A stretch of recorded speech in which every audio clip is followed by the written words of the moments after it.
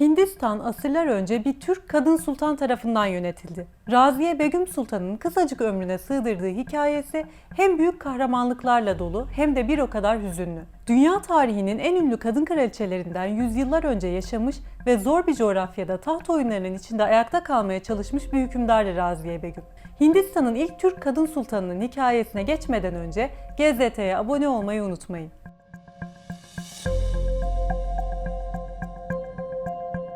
Raziye Begüm, Delhi Türk Sultanı Şemseddin İltutmuş'un ve onun çok değer verdiği eşi Terken Hatun'un kızıydı. Küçük yaşlardan itibaren zekası ve askeri yetenekleriyle babasına yardımcı oldu. Kızının bu yeteneklerini fark eden İltutmuş, devlet idaresi konusunda yetişmesi için elinden geleni yaptı. Kaynaklarda İltutmuş'un 12 oğlu ve 2 kızının olduğu, büyük kızının 40 Türk beyin başı Balaban'la evlendiği, küçük kızı olan Raziye Begüm'ün de uzun bir süre evlenmediği ve babasının sağ kolu olduğu yazıyordu. Gerçekten de öyleydi. İltutmuş küçük kızına öylesine güveniyordu ki ileride saltanatı ona bırakmaya karar vermişti. Kızına Kuretül Aynım yani göz bebeğim diye hitap ediyordu. Raziye ok ve yay kullanımı konusunda son derece maharetliydi. Tıpkı erkekler gibi at biniyor ve bu yüzden meliklerin tepkileriyle sık sık karşılaşıyordu. Ama hepsi bu kadar değildi.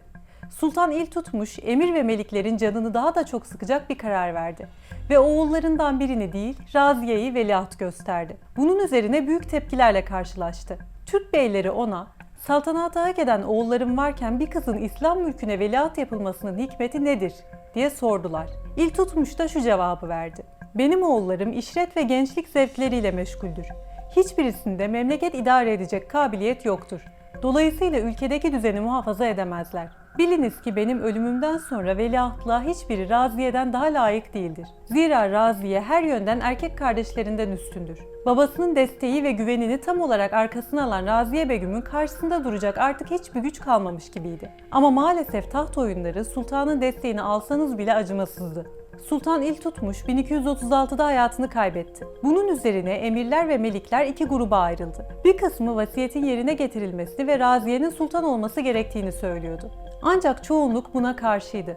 Bir kadının sultan olamayacağını ve İltutmuş'un oğullarından birinin tahta geçmesi gerektiğini savunuyorlardı. Böylece Raziye'yi saf dışı bırakarak kardeşi Rükneddin Firuz Şah'ı tahta çıkardılar. Ama Firuz Şah'ın devleti yönetememesi, idareyi annesine bırakması ve halkın bu konudan rahatsızlık duyması üzerine Raziye Begüm taraftarları yeniden harekete geçti ve İltutmuş'un vasiyetinin yerine getirilmesi gerektiğini savundular. Diğer kardeşlerinin küçük olması sebebiyle Raziye Begüm için tahtın yolu açıldı. Yönetime geçtikten sonra Raziye Begüm, beylere ve halkına hitaben şu konuşmayı yaptı. Saygıdeğer beyler ve sevgili halkım, maalesef kardeşlerim babamın emanetine sahip çıkamadılar. Ben bir kadınım ancak bir Türk kadını erkekten zayıf değildir. Türk beyleri bunu çok iyi bilirler. Hindistan'da hepimiz yabancıydık. Burada İslam'ın bayrağını dikerek adalet, birlik ve insanlar arasında eşitliği getirdik. Şimdi bütün bunlar tehlikeye girdiği için varlığımı bunun uğruna feda etmeye hazırım. Melike unvanını kullanan Raziye Begüm, babası İltutmuş devrinde yürürlükte olan kanun ve nizamları tekrar uygulamaya koydu ve adaleti tesis etti. Hindistan'ın ilk Türk kadın sultanı tahta geçer geçmez Nurtürk adlı bir kişinin önderliğinde kalabalık bir grup isyana kalkıştı. Bu zümre daha çok Şiilerden oluşuyordu. Halkı Ebu Hanife ve İmam Şafii mezheplerinin bilginlerine karşı kışkırtmaya başladılar. Cuma Mescidi ile yakınındaki Muizzi Medresesi'ne saldırarak Müslümanlara yönelik katliam gerçekleştirdiler. Raziye Begüm vakit kaybetmeden isyanı bastırmak için harekete geçti. Melik Nasreddin Aytembür ve Emir Nasiri Şair gibi ileri gelenler de yardımına koştu. İsyanın bastırılmasının ardından Raziye Begüm'ün sultanlığına daha sıcak bakılmaya başlandı.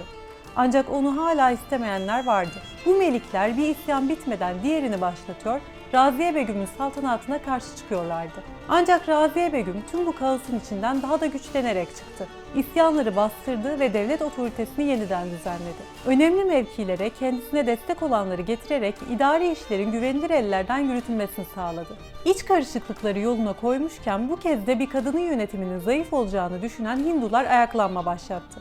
Gazneli Mahmut döneminden itibaren Türk yönetimine karşı çıkan ve sürekli kaos oluşturan Hindular Ranthambore Kalesi'ni kuşattı. Raziye Begüm derhal kaleye bir ordu sevk etti. Burada mahsur kalan ve eziyete uğrayan Müslüman halkı kurtardı. Hinduları da bertaraf etti. Tüm bu karışıklıkları başarıyla ortadan kaldırması halk tarafından Raziye Begüm'ün daha da çok benimsenmesini sağladı. Böylece sultan iç işlerine yeniden yöneldi. Babasının döneminde kendisine atalık yani hocalık yapan Yakut'u Emirül Ümeralığa yükseltti. En başından beri kendisini destekleyen Melik İhtiyarettin Aytigin Emiri Haciplik görevine atandı. Tüm bunlar özellikle Habeş kökenli Yakut'un geldiği konum Türk beylerini çok rahatsız etti. Kendileri dururken bir Habeşistanlının mevki sahibi olmasının haksızlık olduğunu düşündüler. Cüzcani, Türk emir ve meliklerin Raziye'ye muhalefet etmelerinin başlıca sebebinin becerikli bir insan olan Yakut'un sultanın huzurunda iltifat görmesini yarattığı hoşnutsuzluk olduğunu özellikle belirtiyor ve şöyle söylüyordu. Onun içindir ki devlet sultanın eteğinde kara toz görünce etrafından yüz çevirdi. Cüzcani'nin burada kara toz sıfatıyla tanımladığı kişi Yakut'un ta kendisiydi. Ancak Yakut devlet işlerinde son derece başarılıydı. Raziye Begüm'ün isyanları bastırmasına bizzat yardımcı olmuştu. Cüzcani kayıtlarında Raziye Begüm'ün nasıl bir hükümdar olduğundan da bahsediyordu. Büyük, akıllı, adaletli, kerim, alimleri hoş tutan, adalet yayan, ahalisini besleyen ve ordu çeken bir sultandı. Hükümdara gereken bütün vasıflarla donanmıştı. Fakat yaratılışta erkeklerin hesabından nasibini almamıştı. Bütün bu seçkin sıfatlar ona ne fayda verir diye not etmişti. Raziye Begüm tüm bu eleştirileri durdurmak için erkekler kadar kuvvetli olduğunu ispat etmeye çalıştı. Saltanatının son dönemlerinde tıpkı erkek hükümdarlar gibi file binerek halkın arasına çıkıyor, bunu yaparken peçesini takmıyordu. Melikler bu durumu da eleştiriyorlardı. Aziz Ahmet, Raziye Begüm'ü şöyle anlatıyordu. Her yönden erkek gibi kuvvetli olan Raziye'nin hükümdarlığı sırasında harem entrikaları yerine halkın arasına girerek onlara ve Türk emir ve meliklere karşılarındakinin güzel bir kadın olduğunu unutturmuştu. Ancak Raziye Begüm'ün bu davranışları Glavyor Kadısı Minhac-ı Sirac, Melikül Ümera Ziyaüddin Güneydi ve devletin üst kadrolarını oluşturan Türk vezir ve komutanların tepkisine yol açıyordu. Bütün bu kargaşa ve tepkiler Raziye Begüm'ün halkın gözündeki nüfuzunun da kırılmasına neden oluyor, tahttan indirilmesine yönelik istekler her geçen gün artıyordu. Daha dün kendilerini Hindulardan kurtaran Raziye'yi göklere çıkaran halk şimdi de yeriyordu. Tepkiler artıp isyanlar çoğalınca Raziye Begüm Türk beyleri ve erkek kardeşi Behram Şah'la savaş meydanında karşı karşıya geldi. Dönem kaynaklarında bu savaşın sonucu şöyle anlatıldı. Raziye, kardeşi Behram Şah'ın yolladığı orduyla çarpışıp savaşı kaybedince esir olmamak için kaçtı. Uzun bir yol gittikten sonra oldukça acıktı ve Hindu bir çiftçiye rastlayınca ondan yiyecek istedi. Onun verdiği bir parça kuru ekmeği yer yemez yorgunluktan hemen oracıkta uyuyakaldı. Çiftçi erkek elbiselerinin altında mücevherlerle işlenmiş bir kaftan bulunduğunu fark edince Raziye'yi öldürdü ve tarlaya gömdü.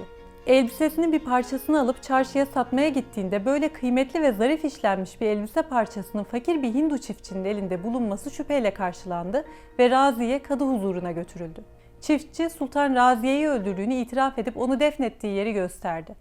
İşte Hindistan'ın ilk Türk kadın sultanının sonu ne yazık ki böyle hazin olmuştu. Peki Raziye Begüm Sultan siyasi ve askeri başarılarının dışında nasıl bir kişiliğe sahipti? İyi bir hükümdar olmanın yanı sıra iyi bir şairdi de. Akmal Eyyubi, Raziye'nin Türkçe şiirlerinin toplandığı bir divanının bulunduğunu söylüyordu. Şirin-i Dihlevi veya Şirin-i Guri mahlaslarıyla yazdığı şiirlerin Türk-Fars edebiyatının en güzel örnekleri olduğu söyleniyordu. Bahriye Üçok, Raziye'nin şairliğini şu cümlelerle övdü. Hintlilerin duygu dünyasının zenginliğinin yanında iyi bir yönetici özelliklerini de sergileyen güçlü iradeli bu kadın şairimizi dünyanın ilk kadın şairidir diye isimlendirmek abartı olmamalıdır. Babası il tutmuş hayattayken "Gözümün nuru, yeni bir şiirin yok mu? Bana oku" diyerek kızının şiirlerine hayranlığını dile getiriyordu. Raziye Begüm'ün şiirlerinde bazen duygu dünyası, bazen kahramanlık gibi konular göze çarpıyordu. İşte Raziye Begüm'ün kaleminden dökülenler. Ben ağzında hoş nameler yapan bir bülbüle malikim. Bizim başımıza ne gelirse hep bizdendir. Biçare gönlün ne suçu var? O zavallı da bizim sebepsiz gamımızdan ölmüştür. Ben ayağımın bereketiyle feleği saltanat tahtı yapar, hümanın kanadını da sinekleri kovmak hizmetinde kullanırım. Ey Şirin gel, muhabbet yoluna adım atma, bundan sakın. Sen yoksa bu yolda Ferhat'ın başına gelenleri işitmedin mi? Yine kaynaklarda Raziye Begüm'ün şairliğinin yanı sıra hafız olduğu ve Kur'an'ı çocuk yaşta ezberlediği de belirtiliyordu. 4 yıla yakın bir süre boyunca muazzam bir ülkenin idaresini elinde tutan Raziye Begüm, ne yazık ki saltanatı boyunca kendisini kadın olduğu için yönetimde istemeyenlerle ve entrikalarla mücadele etmek zorunda kaldı. Ardından Meliklerin desteğiyle kardeşi Behram Şah, sonrasında İzzüddin Balaban, Alaüddin Mesud Şah ve Nasırüddin Mahmud tahta çıktılar. Bu yıllarda Delhi Türk Sultanlığı'nda karışıklıklar bitmek bilmedi. Bir yandan beylerin isyanları, bir yandan Moğol akınları, öte yandan Hinduların müdafasız kalan bölgeleri ele geçirmeleri sonunda Şemsiye hanedanlığı zayıflamış, asayiş bozulmuş, entrikalar görülmeye başlanmıştı. Raziye Begüm Sultan ise Şemsiye hanedanlığının unutulmaz isimlerinden biri olarak adını tarihe yazdırdı. Hindistan tarihinin ilk ve yegane Türk kadın hükümdarı oldu.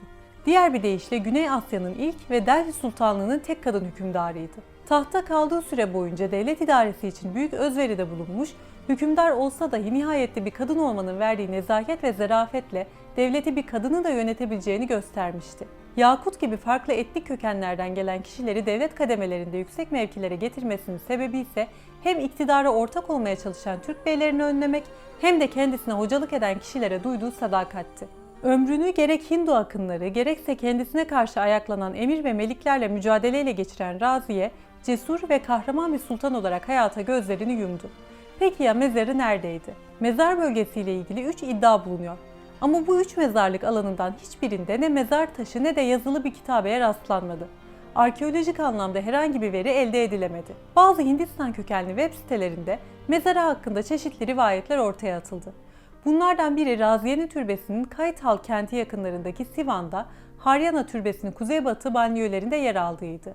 Bir diğeri ise kendisinin babası İltutmuş'un kuşattığı Rajasthan'da defnedildiğiydi. Kimileri ise burada Raziye Begüm'ün değil, hocası Yakut'un mezarının olduğunu ileri sürdü.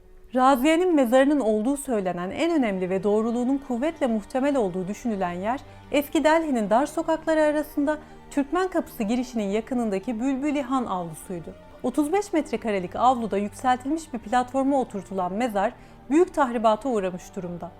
13. yüzyılda mezarın bulunduğu yer ormanlık bir alan olduğu için hiç kimse iddianın ne kadar doğru olduğunu bilmiyor. Ancak buradaki türbenin Raziye'nin ölümüne yol açan kardeşi Behramşah tarafından yaptırıldığı söyleniyor. Bu türbenin bulunduğu yer mahallenin Müslüman sakinleri tarafından mescit olarak kullanılıyor. Türk İslam tarihinin en önemli isimlerinden biri olan Raziye Begüm Sultan hakkında yorumlarınızı bekliyoruz. GZT'ye abone olmayı ve bildirimleri açmayı unutmayın.